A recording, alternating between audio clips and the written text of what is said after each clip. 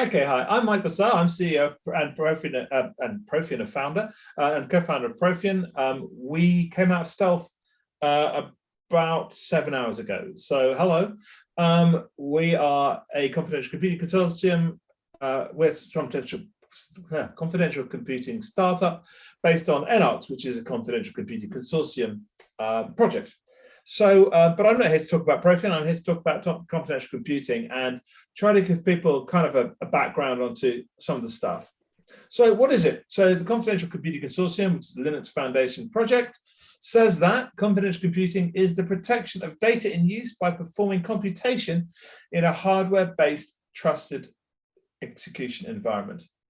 Nice and long-winded. Some of the key things here are, firstly, we're talking about data. So one of the big questions is, do we care about the workload as well? And I think we're going to say in this context, we probably do, but it's not specific in this definition. The next thing is in use. We've known for ages that you want to protect data in transit and at rest, so on the network and in storage, but in use is about doing it whilst it's actually running and executing. The next thing is about computation. So we've had ways of protecting data, things like TPMs for a while, but computation is more complex, and we do mean general computation generally here as well. And then last kind of important bit here is hardware-based. So we're talking about hardware-created protections in what are called trusted execution environments, or TEEs.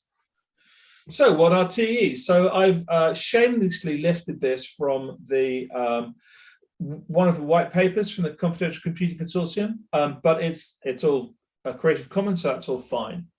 And you'll see that data integrity and confidentiality are requirements. Code integrity is a requirement. Code confidentiality is kind of, yes, you'd think hopefully type thing. And then there's some other bits at the bottom, the most important one of which we'll come to is attestability. And what exactly we mean by that we'll come to in a bit. But I wanted also to say, what are the, what's out there that you can use? Well, the best known ones are Intel SGX and AMD's SEV, and they're quite different approaches. I'll touch on that in a minute or two.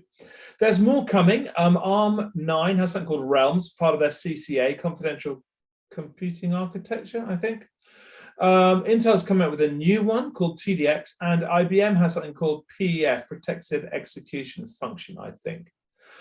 So there's stuff out there, and you can go and you can rent an SGX or an SEV bare bones machine now from quite a bunch of cloud providers, or just buy one. Honestly, not difficult. Do stop me for quick questions, but we are going to try and have sort of 10, 15, 20, 30 minutes of questions afterwards. So we'll do that. So what's the common thing? The common thing really is about encrypted memory pages. So when we look at a TE, it encrypts memory pages in such a way that even the kernel can't look in. Kernel can't look in, compromised user space things can't look in, hypervisor can't look in, all of those things. This, of course, has an impact on workload density, because if each workload has its own TE, then you can't get as many workloads on because they just can't share memory pages at all in the way that we're used to doing with containers and VMs and all that sort of stuff. And the next thing is attestation. And attestation is really, really tough. And that is basically, you need someone to tell you, someone you trust to tell you that what is running is really running, and it's really running in a T, and it's really protected. Because if someone says, give me your data and your code, and of course it's safe, you need to be cryptographically sure that that is true. And you need to work out who you trust to tell you that. And that is very, very hard. And basically, it's part of what the hardware needs to help you with, but it's still very, very hard. So we'll come back to this also in a couple of minutes. The two main types of TEs are process-based currently only SGX, and basically you need to split your app into trusted and untrusted parts and VM-based, which is pretty much everything else. So if you wanted to, you might think about taking a kind of standard container imaging and just doing a lift and shift and shoving it in a VM. And you might think that'd be okay, but you would probably be wrong. So let's talk about why that might be the case. So how would you build an app for TE? So the first thing you could do was be to write to an SDK. That's typically the way you have to do these things for SGX. Or you could do this a lift and shift and say, basically take everything, the BIOS, the OS, user space application, shove it in one of these, in a VM and TE and do it all fine. Another way would be you could recompile your application with some particular libraries, which are, make it TE ready. You could run a wrap around it and do it that way.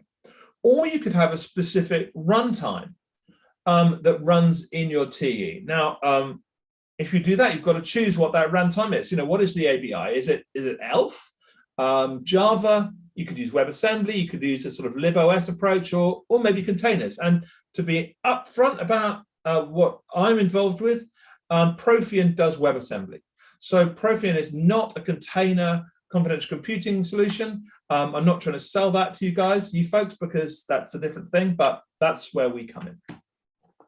So I just want to show you a couple of pictures, then discuss why things are hard.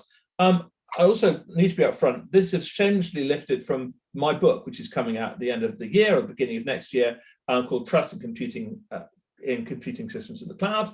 And this is kind of what a standard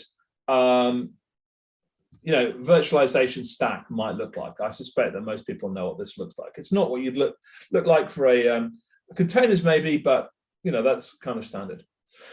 So let's think about what happens when we put we decide to use a VM-based TE. What does it look like? What are the pieces? So from the bottom up, we've got sort of hardware-y stuff, BIOS, firmware, bootloader kernel, hypervisor, and user space. All of this stuff is your standard host stuff. None of this is in the TE yet. And of course, the host may be running its own middleware and applications and all that sort of stuff. But within the TE, you've got a whole bunch of layers. You've probably got a BIOS, you've probably got a bootloader, kernel, user space, middleware, and application. That's if you're taking a standard VM. So just the first question is, who puts that in there? Who decides that it's safe?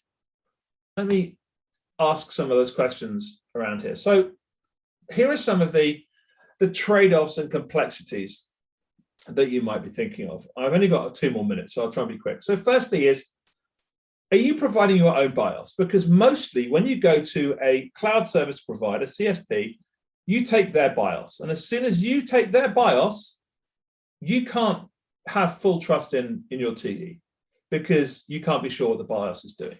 So that's question 1.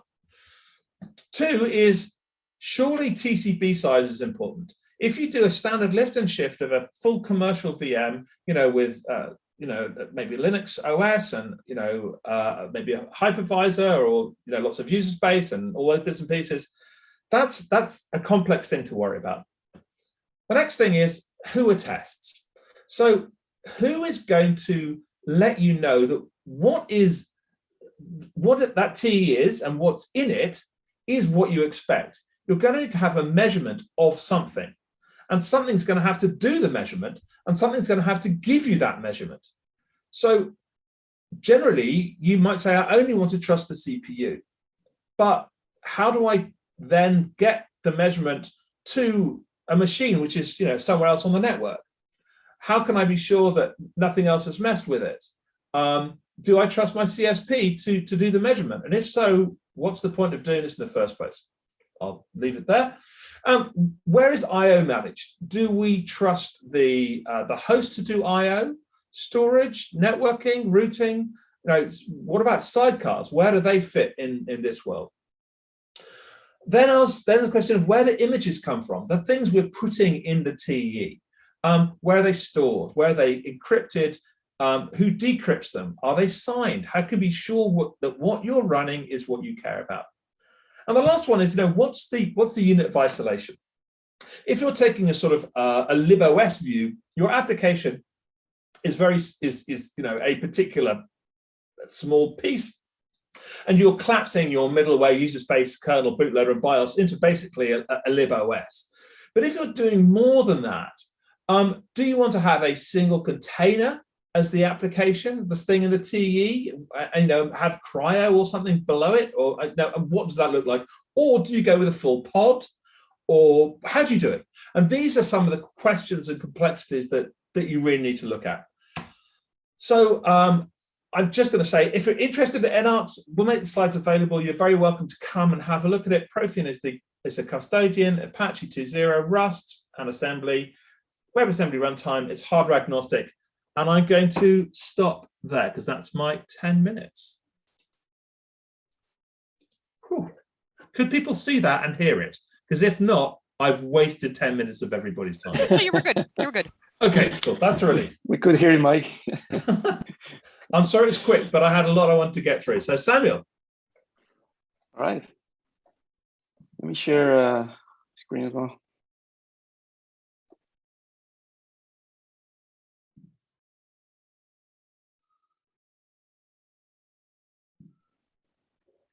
I'm hoping you should be able to see Looks something good. now.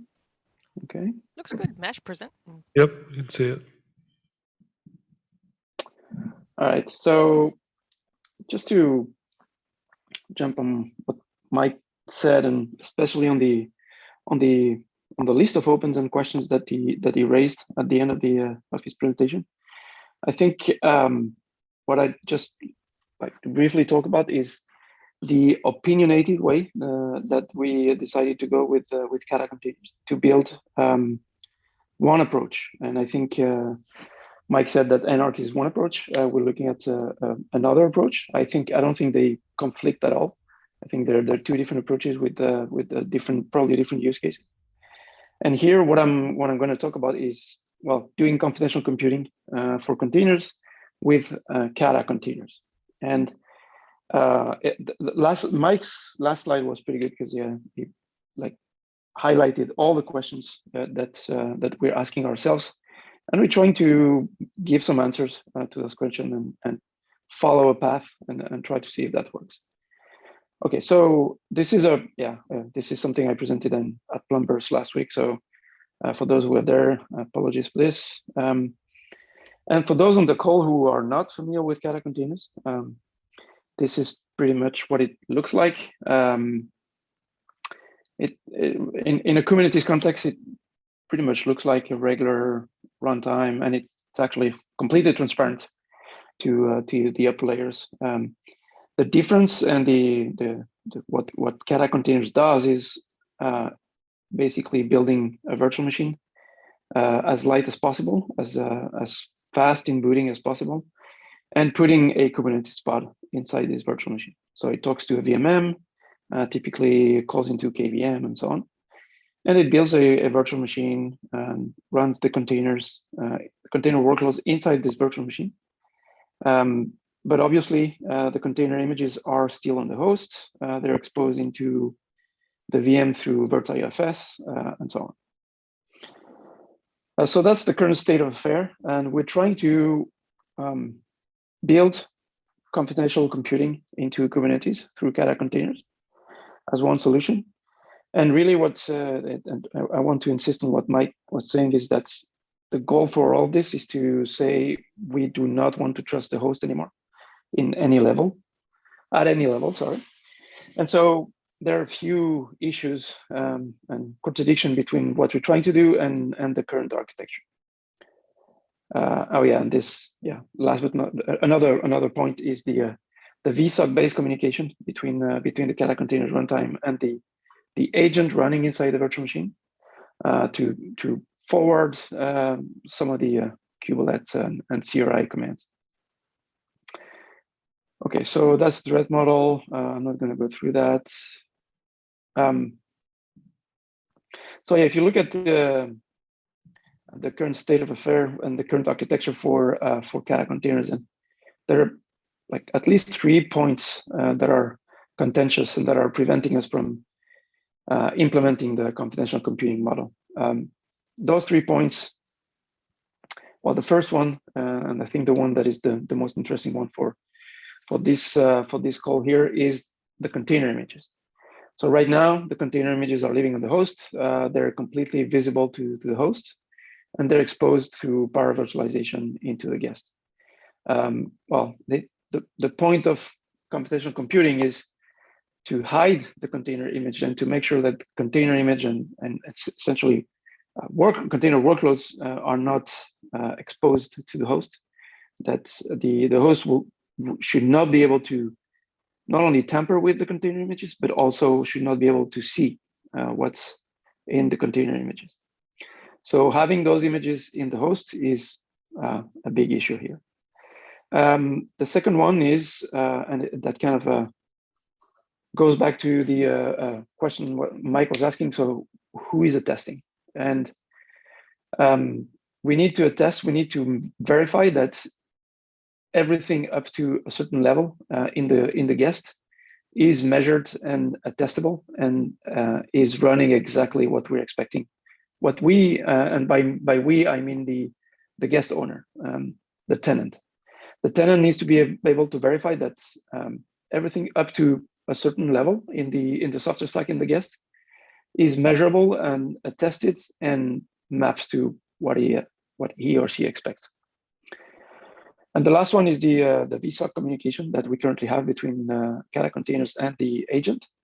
Currently, we use this VSOC-based API for example, execing process into an existing pod, which is something obviously you don't want to do anymore with if you want to build a real and practical computational computing thread model.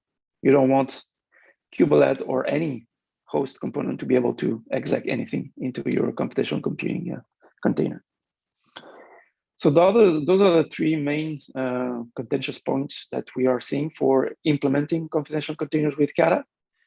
And the way we'd like to implement this and the way we'd like to address those points is this one. So first of all, we are building a model where instead of having a container image, the container images and the container image layers living on the host, they would be pulled and kept inside the guest. So the guests would be responsible for pulling the images and keeping them inside the guest. The guests uses encrypted memory that the host cannot tamper with or even see.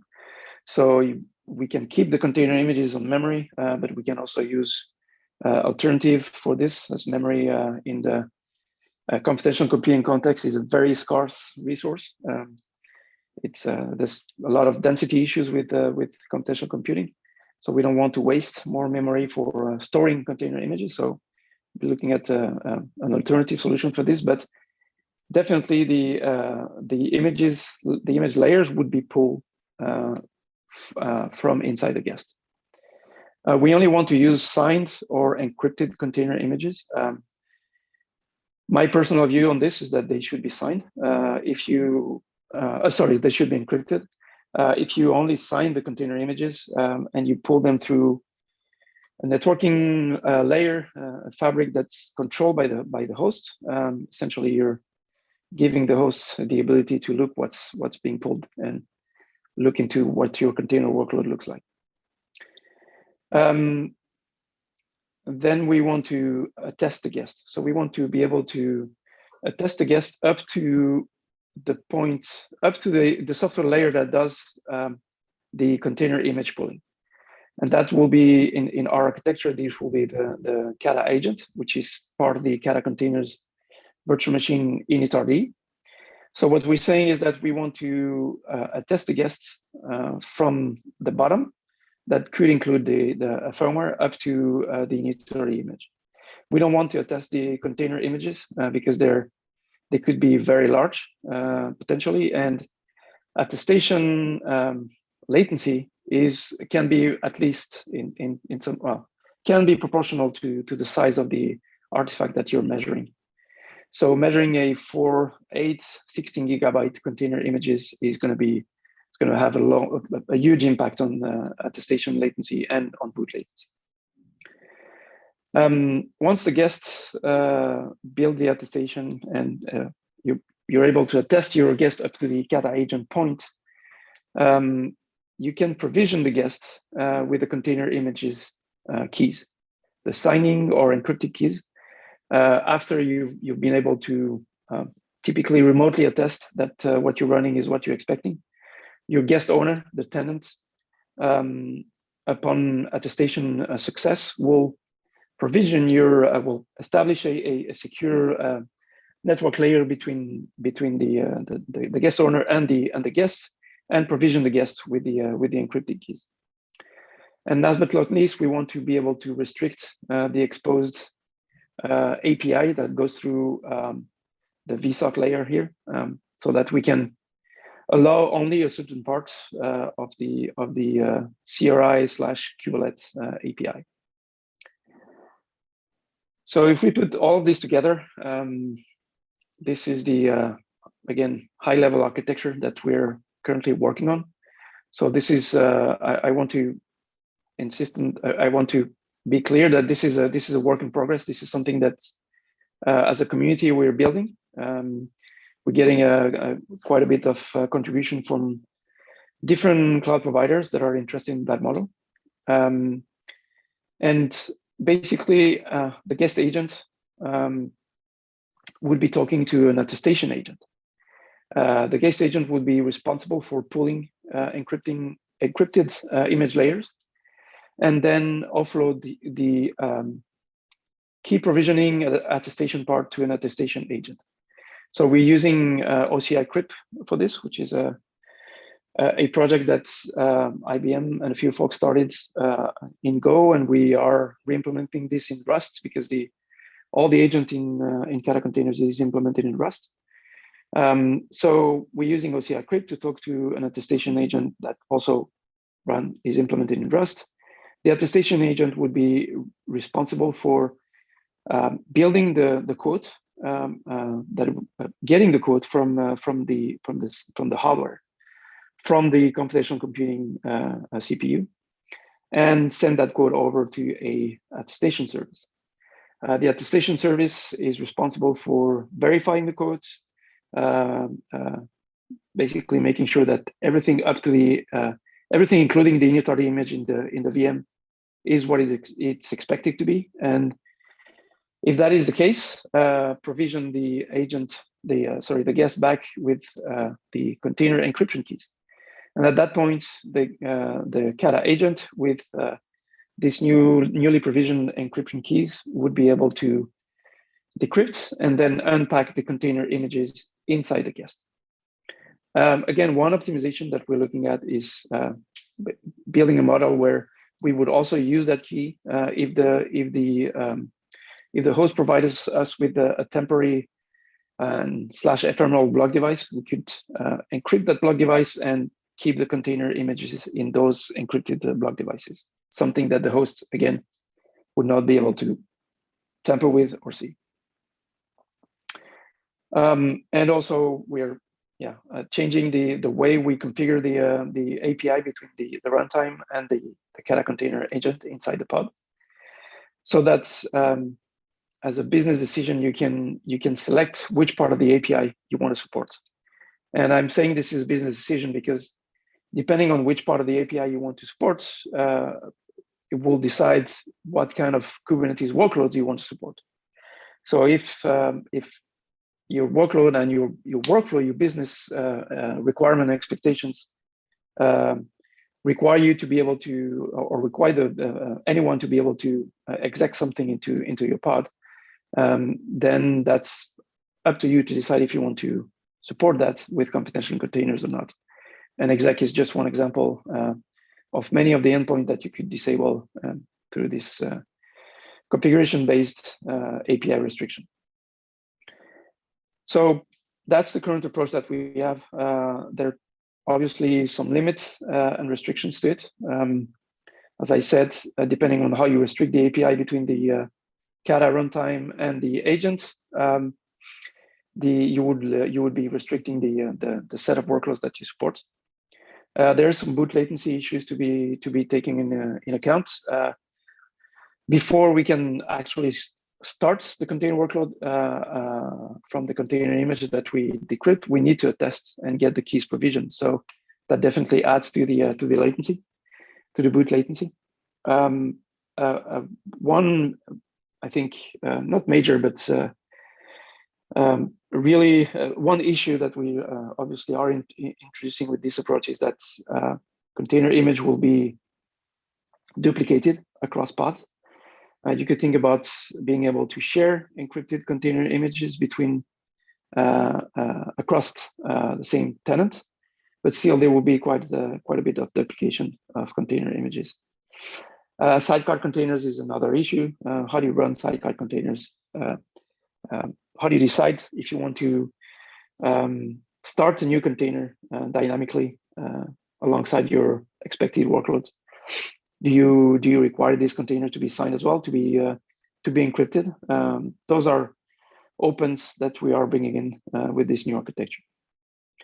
So I think for this audience here, for this forum, I think the most important part is that we are building all of this architecture based on the container image encryption specification that is not really approved yet. That's still in flux, in discussion in the PR. But definitely our computational containers architecture is heavily relying on this specification. And I'm done. I hope I didn't go over time. You are perfect.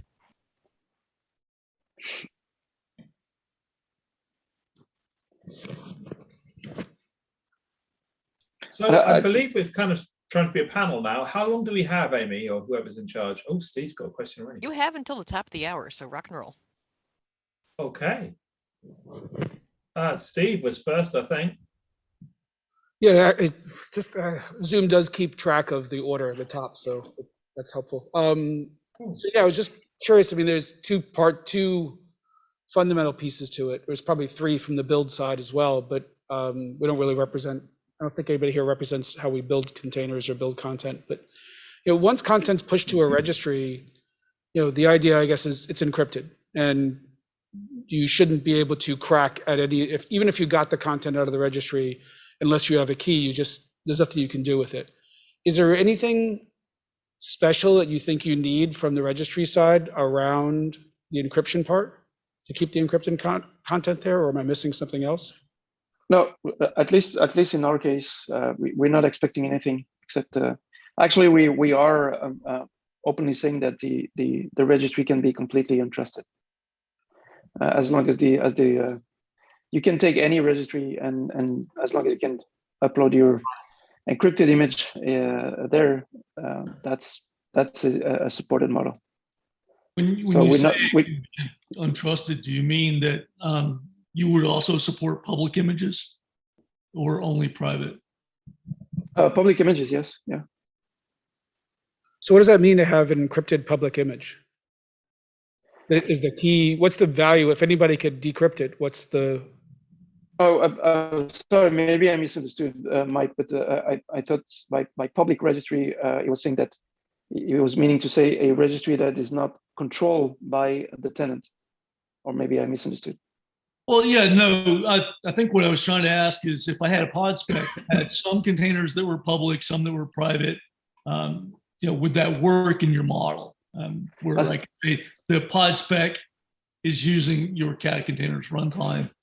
Well, your CC runtime. In that case, my understanding is, I mean, I'm not part of the project, but basically you don't care about confidentiality, you only care about the integrity. So it's actually the signing that you care about more, although encryption, because it comes with a key, does give you both, right? If you use the standard models of encryption.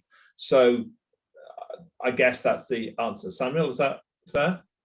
That's correct. If you want to use a public image, you should still need at least you should be able to verify that this is the one that you're expecting. Separating the signing aspect, right? The integrity of the content is like another layer. I get that, but I'm just trying to say, like from a registry operator perspective, whether the image whether it's anonymously pulled on something like Docker Hub or not, I think I'm just assuming, I'm trying to make sure that the concept here is that even if I pull that image, unless I have the key, there's nothing I can do with it. Like the idea is that it's kind of sealed up and it's encrypted for specific use. That's correct. And how I get the key is probably an external. I don't know how you get the keys to be external, but is there anything that you're seeing that's missing from being able to push and pull these to private or public registries? I don't think there's anything missing. It's just, as I said, that it's heavily relying on a specification that's still currently being discussed for the encryption part, not for the distribution part at least. Right. From to get it out of the registry, the client needs to, the various hosts need to know how to process it. But yeah. Okay, cool. Yeah, the kind of thing I'm trying to get out of this is, do we need an attestation key, header, for example, to be used in a distribution API when we do the authentication? We haven't specified how authentication works yet in OCI, but it sounds like it might be important to your environment, to your CC solution here. How would it be? That is curious. If I have pull rights to the registry, and I could pull your image, then what additional authentication is needed? Because the idea is I can pull it, but unless I have the keys to decrypt the layers and to decrypt it so it can run, it doesn't matter. All I need is pull rights. In fact, even if I don't have pull rights, or sorry, even if it's anonymous, I still can't do anything with it. That's right. So I don't. Yeah, go ahead. No, there's a piece there that I'm missing. I'm curious what addition. I don't know. Maybe Mike can expand, but at least in our model, we're not expecting any authentication when pulling.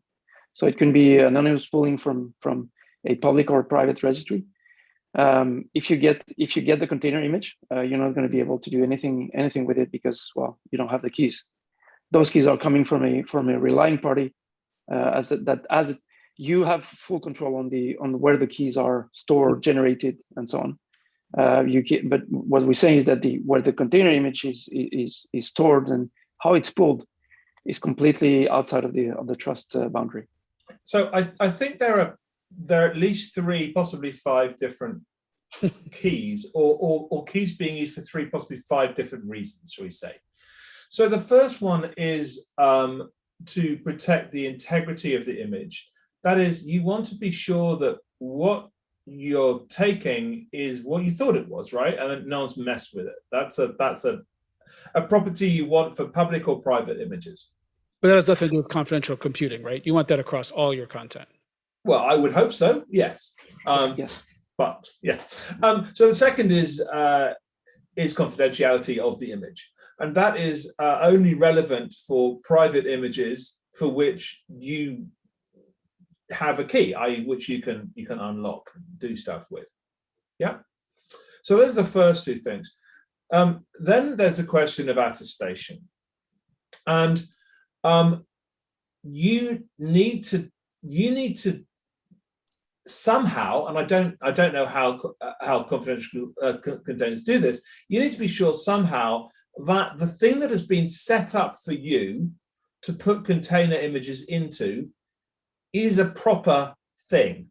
And by that, I mean 2 things. One, that it is a proper TE that you accept. Let's say an AMD SEV SNP container would be one type, right, of generation of Milan or Naples or whatever.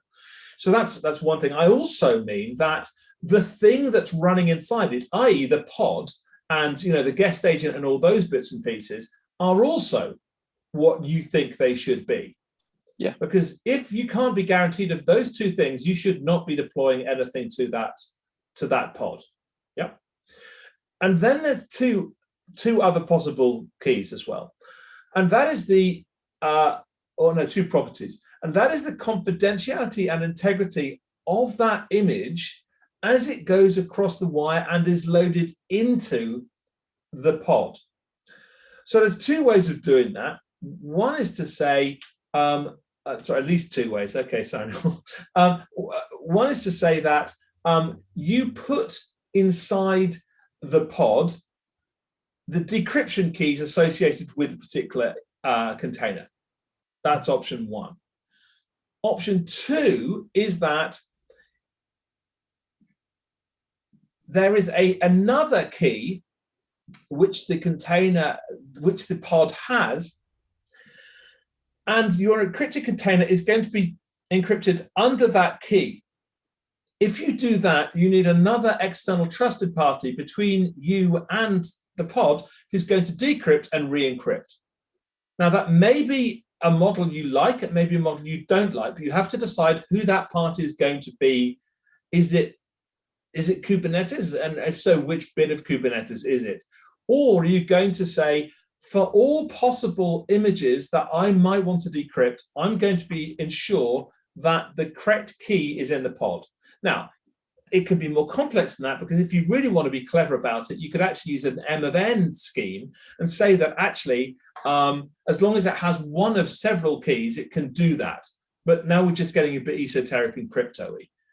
The problem still remains that either you need to have a key inside the pod that knows how to decrypt all possible containers, images, or you need a trusted party outside the pod that can decrypt and re-encrypt. Sam, is that fair? That's fair. And the model we're looking at is the former. Sorry, the latter. So basically, we want to have an external relying party that would provision the keys for the container images for the specific container images that we're trying to unpack, and we need to decrypt them before unpacking. Right. So are you using your own use case, or your own manager for those keys, or is that like kernel key ring or IMA bits, so that what it's writing are different namespace or different partitions within the for now we're keeping the keys on in RAM, in encrypted memory, which is basically something that only the guest can see in that model. So RAM is encrypted in such a way that the host doesn't have access to it. So you can keep the keys there if you want to. So that's the current approach. So I was looking at this from the other direction. You've got the requirement you want to encrypt everything, and that's an awesome requirement. I like seeing go in that direction.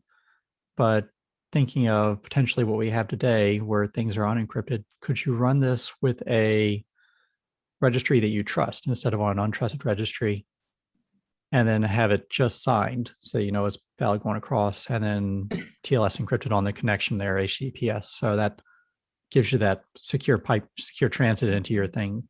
Are you then secure from the host seeing that? I don't think we are, because essentially, well, I mean, you're going to be running, for example, over like a Virtualization-based networking endpoint, which is entirely controlled by the host.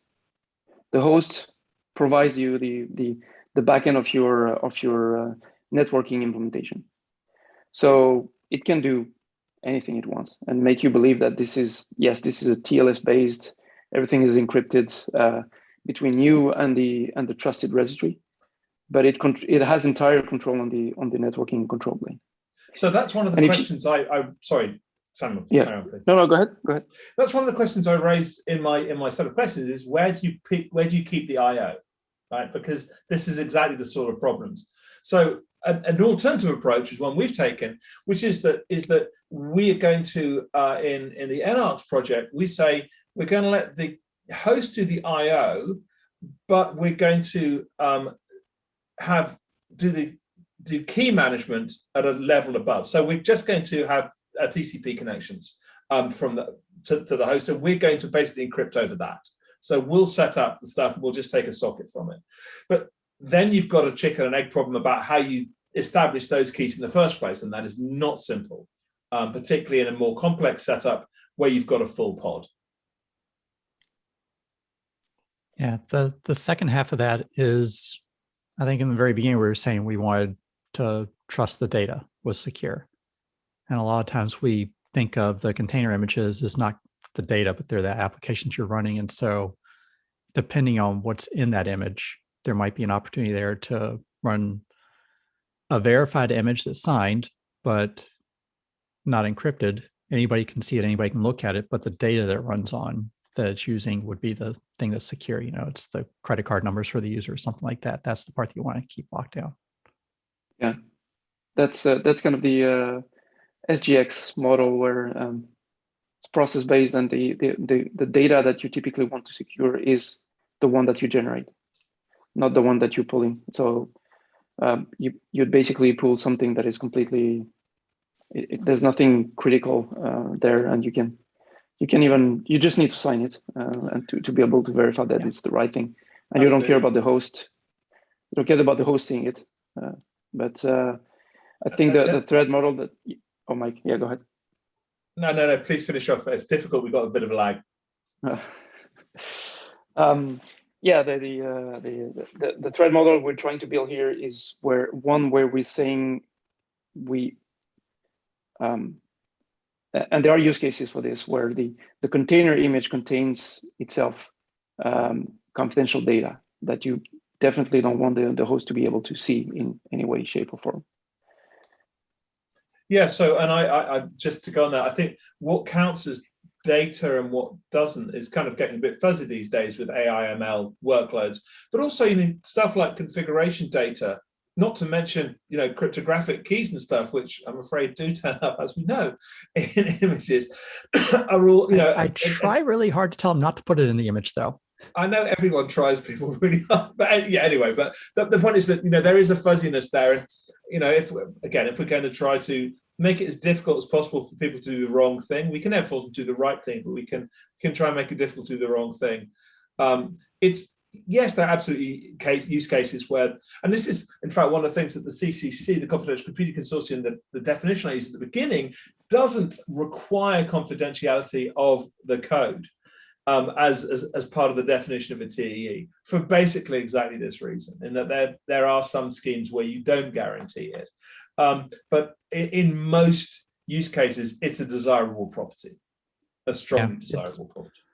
Encryption is definitely nice. It comes with those downsides if you no longer get to dedupe the layers and other challenges like that. Yeah, so and key management, as we've already discussed, right? These are, you know, the overhead's not too bad, honestly, in terms of the performance overhead these days, and particularly, AMD and folks have designed these schemes so that it's not too bad. The overheads we're seeing are not too bad. You know, low percentage figures generally. Although, of course, you can push that up if you do lots of exits and, you know, VM exits and stuff and entrance.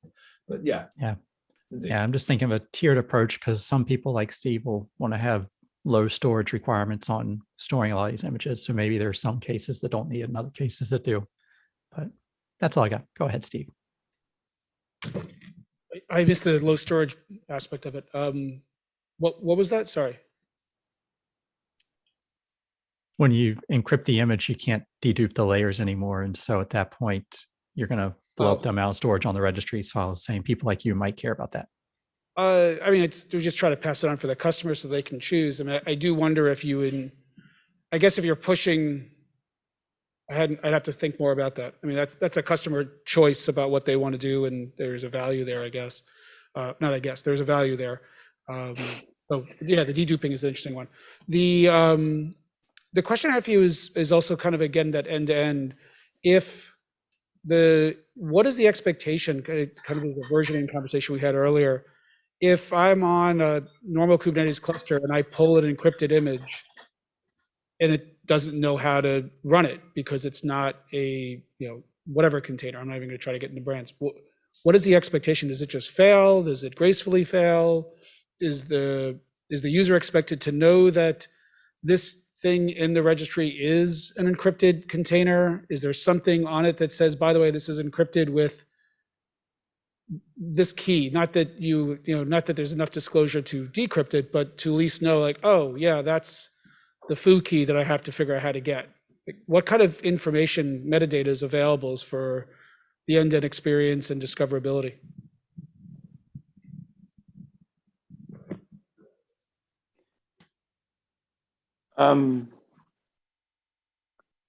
I would say that this, how would I put it?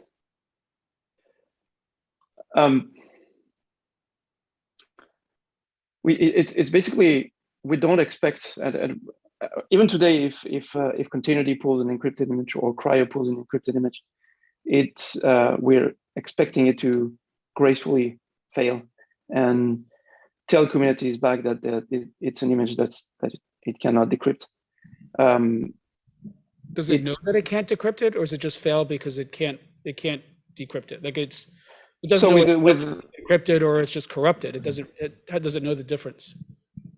I don't know about this, but I know that when you run containerd in conjunction with OCI crypt, then decryption failure. I mean, OCI crypt will know if the key is available or not, or if the decryption actually failed. So it definitely knows how to distinguish between those two failures.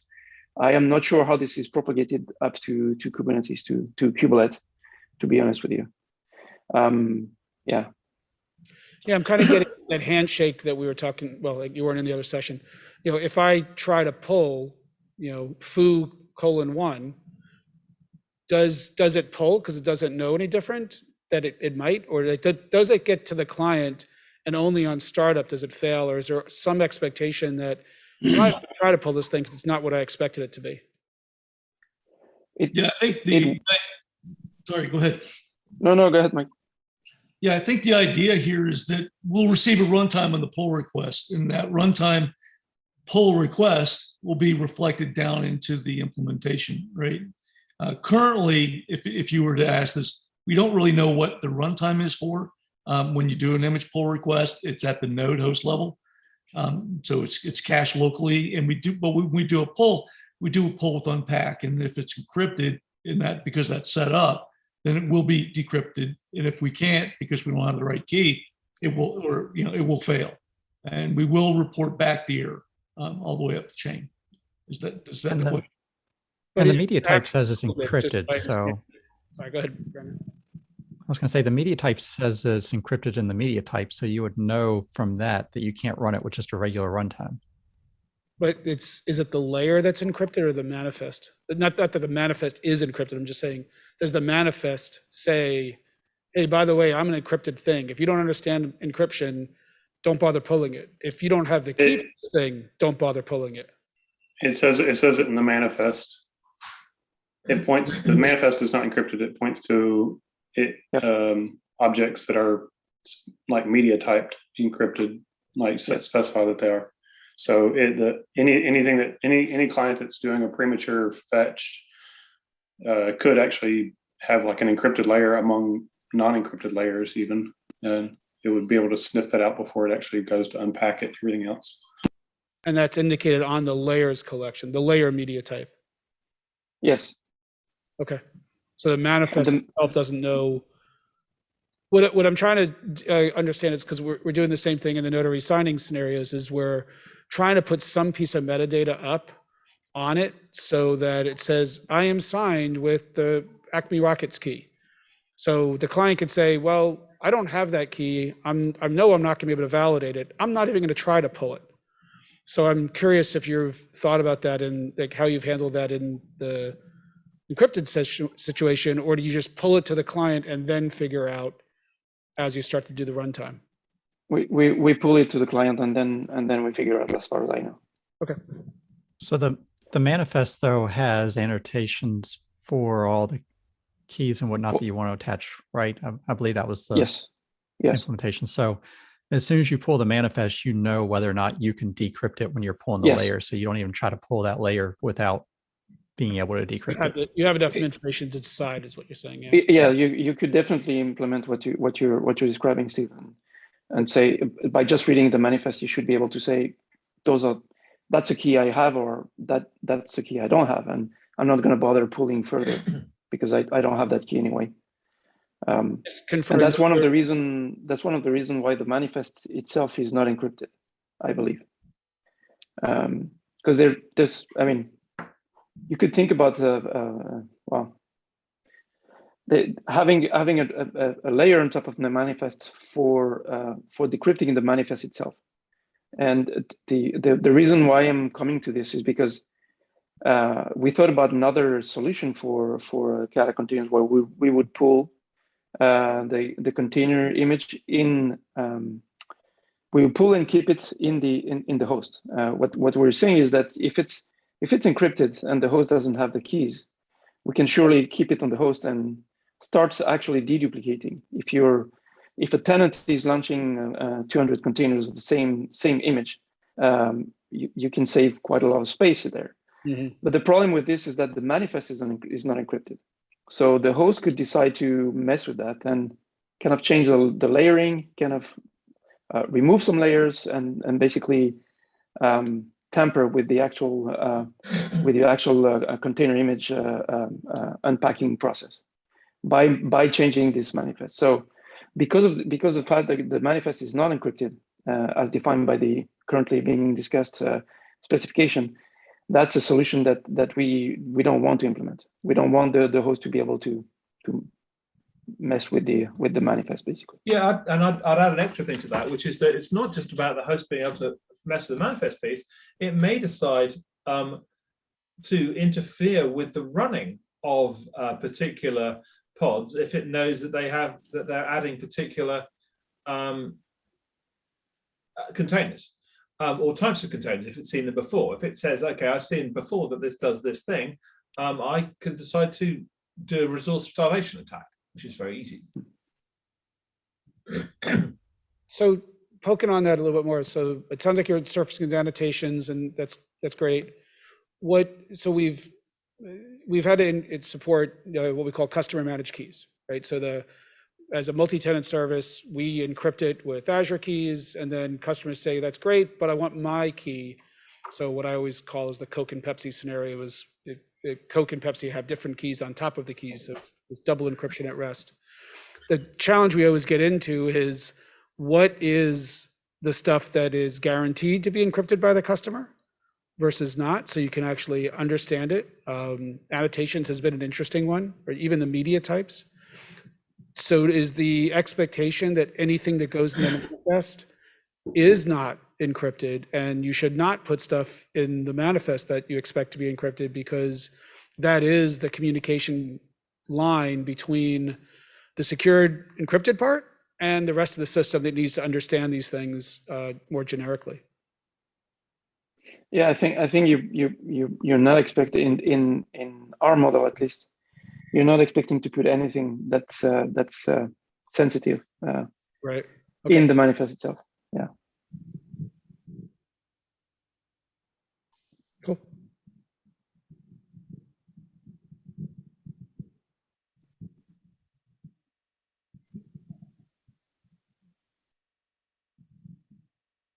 Did we really end with 6 minutes early? That can't be. Well, I too was a little surprised. I'm going to ask a little question in there, which is around we talked about issues of density, but also I mentioned TCB. Are there opportunities? Well, but yeah. Are there opportunities to be pushing people to reducing the size of the containers they're putting together, given the impact, the negative impact that that's going to have in this sort of context, which is significantly more than it is in a non-encrypted one? I mean, in my view, anything which reduces the size of things going across the wire and being, is good, and it reduces attack surface, and there's the whole supply chain thing as well. I wonder whether we're going to be lucky with that, or whether just things will keep getting bigger and people ignore it as they tend to over the years. I mean, size, well, I won't say that, but yes, the bigger these things are, the more problematic it is across the board. And what I was going to say is, if it's not any worse than ML images, then you're probably fine. The problem is ML images are things that people want to encrypt to keep their intellectual property. So for for a lot of reasons, but the ML community seems to have some of the biggest multi-gigabyte layers and total images that I've ever seen that are breaking things left and right at times. So when you encrypt something that's already over the top, yeah, it is a problem. I don't know if we should just, at some point you do need to just support more bandwidth, more size. Pictures have more density. We want better quality pictures. So there's always the evolution of things increasing, but I think you always need to have that balance of, does it really need to be that big now? Can we optimize this? As opposed to, hey, I'm just inheriting from layer one, from image one, from image two, from image three, and it's got every package in the world in it. Yeah. And then they just yell at us because something takes too long to run. It's like, it's 20 gigabytes in size, really? Yeah, and one thing that Samuel noted as well is the time it takes to measure and therefore attest things, if you're doing that, can be linear with I can see it being worse than that on occasion with the size of the thing you're trying to run. And that is not a good thing. I mean, if you've got multi-gigabyte images, right? I've heard about sort of half terabyte images for these things. It's just and that's the reason why we were saying that we want to keep the measurement up to the initRD image. We do not want to measure the container image themselves. And that is the reason why we're saying we need to encrypt those images, because they're actually not measured. So the only reasonable way for us to verify that the one that we're expecting is encryption, because they're outside of the measurement surface. Sorry, go ahead. There are some other proposals that are looking at how to change the image file system layering design to only pull what you need. When you say I need to run this binary, it pulls that one binary down. And so it might be an interesting thought process to see, could you add encryption to something like that, or combine some of that logic with encryption? That way, even if the image is large, you're not pulling the whole image when you first run it. You're only pulling the pieces out of it that you need. Yeah, encryption at the block level is, I think, what you're kind of getting at. Whatever that block size is defined as, a file, layer. And the deduping is an interesting one also. Like I'd be curious if this is part of what Brandon was based on, because the deduping is not just the storage on disk, but when a node is pulling it across the network, can it say, I've already got that one? So obviously, if the same Debian layer, I'm just picking on it, is encrypted with two different keys, those aren't the same. But if I am, and I don't know how much this is the case, do customers wind up using the same key for multiple images? And if so, if two images share the same layer and they're encrypted with the same key, do those get deduped? Not just in storage, but do they have the same digest? So when the host pulls it, is it already to kind of recognize it's already on the node? Or is that secure boundary you were talking before that you don't do any sharing? I don't in our proposal, we don't do any sharing, and the host actually does not pull the image. So the image stays in the guest, which has a quite a bit of architectural consequences on, and Mike is fully aware of this. Because now when Kubelet basically is being asked to pull an image, it doesn't know if the image is there or not. It needs to be able to talk into the right pod to understand if the image is there, if it needs to ask the guest to repull it or not, and so on. So it's the high level diagram that I put there that I shared is just the tip of the iceberg. There's some consequences on how container image management, not only layers, is going to be implemented for this. And Mike gracefully is helping us with that. So I've got a dash. I want to say thank you, everyone. This has been lots of fun. It's really interesting to see different projects making different choices and the reasons they do that. And it's always good to have sort of some crosstalk and that. So if anyone ever wants to find out more about confidential computing generally and sort of the underpinnings and how we're working together and some of the different things, you're very welcome to attend Confidential Computing Consortium meetings. They're all open. Everyone come along to them, and we'd love to see you. So thanks for having me. I really appreciate it, folks. Yeah, Excellent. thanks. Thank you. Thanks, both of you. Thank you.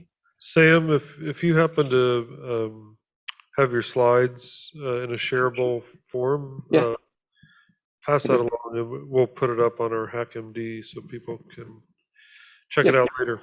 Yeah, thank you. I'll add it to the ICANN. I've already pestered you about this by email. So Okay, Good. cool. Yeah. All right, dinner time for me. all right. Yeah, we Thanks, are everyone. on break until 1:30. Everybody looks very much on break. Yes. Okay. Thanks, folks. We'll see you back then. Bye all.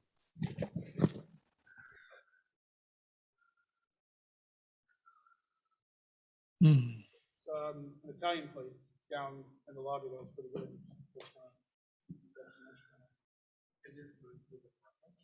No, we're on our own for lunches. I realized that my video was off. I was waving at people. What a goober. Oh, well. Yeah, we saw you. It was your face and hand was waving on the big screen. You want to come down and join us virtually, Vincent? We could put you on a phone. Up in a water bottle. No, it's okay. Is it spaghetti and meatballs, or is it just? I think they have that too. They have pizza and other stuff down there. So I don't know how food will go across the wire, but enjoy lunch, folks. Virtual pizza for everybody.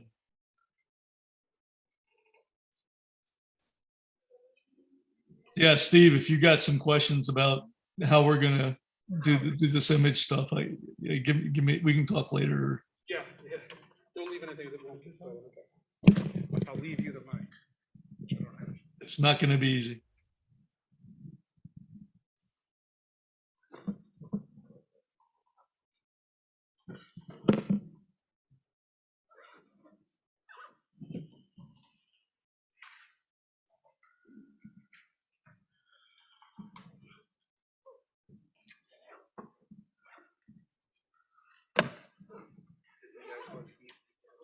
What's that?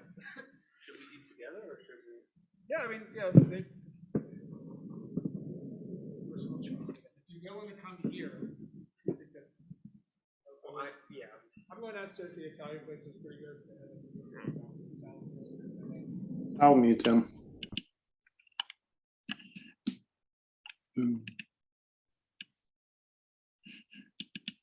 So, John, you gonna hack emoji some? I was thinking about it. I don't. Code generation just doesn't really get me going. So, like, I've not got any interest in contributing my little hack to it. But maybe next April.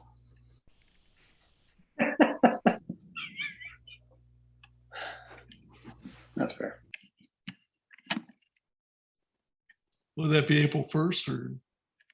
Yeah, exactly.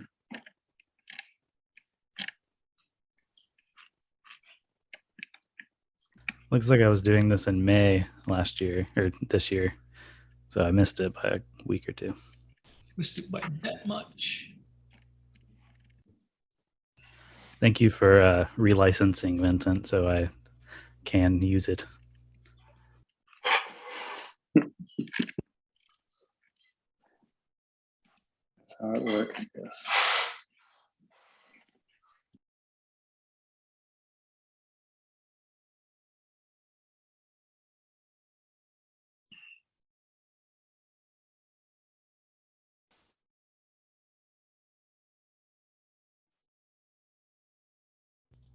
What are these she digests, and why is it smiling at me? I wish the corpus had been just twice as large. It's still pretty long set of emojis, but I know it's a hard trade-off to hit. You wish the corpus would have been what?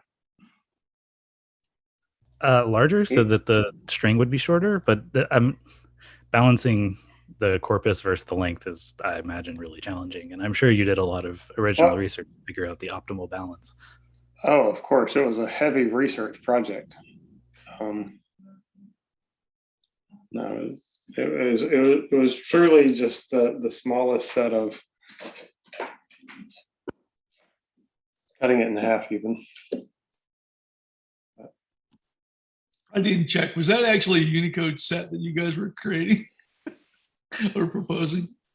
It was a joke, literally. I Okay. just submitted a conference talk about it. I think after it was around the time that we were approaching the 1.0 of some of the specs. My brain was like leaking spec language out the side. I started laughing with a coworker about doing this, and we made something that looked like a spec and put it out there, and then like immediately somebody contributed a Python implementation, and then somebody else contributed a Rust implementation. And X is so boring. Let's move on. I mean, it surprisingly has like this much merit in that like most everybody, I mean, obviously, unless you're running like SHA-1 SOM-C or whatever, most everybody looks at like the first 4 and the last 4 of a hash and calls it, you know. So even if you just looked at the first 2 and the last 2 emojis, you'd probably remember them slightly faster than the hex. I don't know. That's why we rely on the bit avalanche. It's fair. The bit avalanche cascading hashes really helps. But something that's very quickly just visually distinguishable.